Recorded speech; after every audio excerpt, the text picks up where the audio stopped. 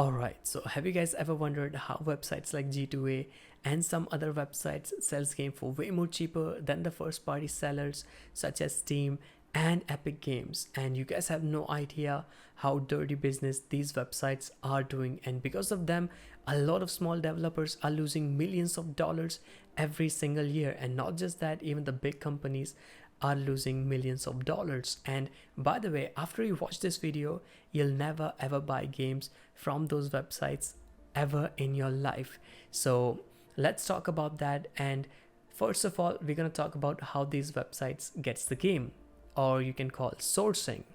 And sourcing basically means how these websites gets the game, and they obviously don't buy the games directly from the developers.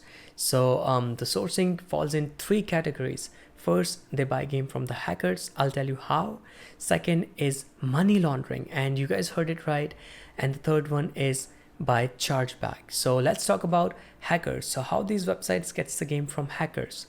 So what hackers do is they steal the credit card information or even steal the money from innocent people like us, and then they buy the games in bulk from the developers.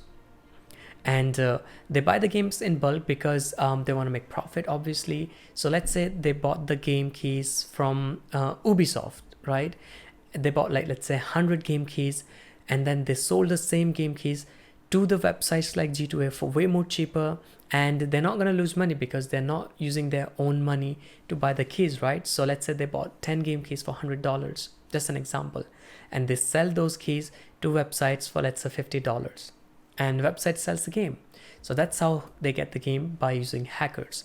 And the second is called money laundering.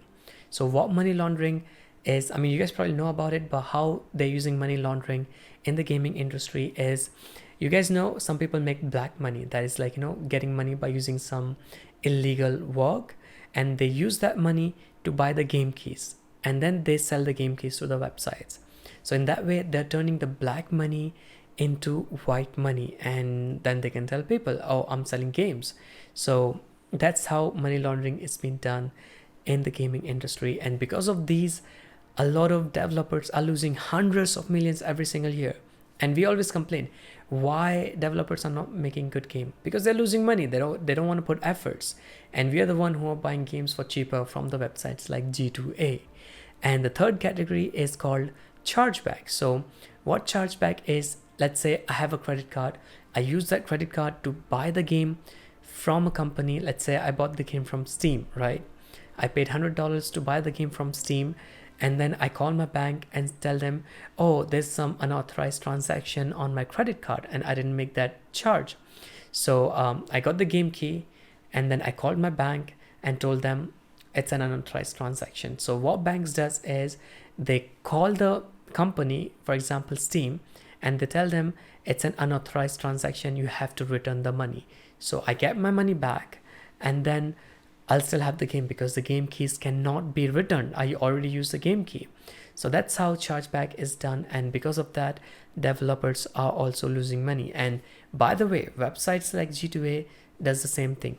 They use the hackers, they use the money laundering games, they also use the chargeback games, and because of these, a lot of people are suffering. And I feel bad about the small developers because of these websites. Are losing like money, and then we complain every single time there's no good game to play. Developers are not putting efforts. Of course they're not. If they're not making money, they'll stop putting efforts. So we have to take a stand, and really recommend you guys to not buy the games from third-party sellers like G2A. And there's like so many hundreds of websites on the internet that sells the game for cheaper, and we fall for it, and that kind of sucks. And we're not even realizing how dirty business is that. So that's it for today, guys. That's all I wanted to tell you, that how these websites gets the game, and now you guys probably know it. So I hope you guys enjoyed this video, and I'll catch you guys in the next one. Peace.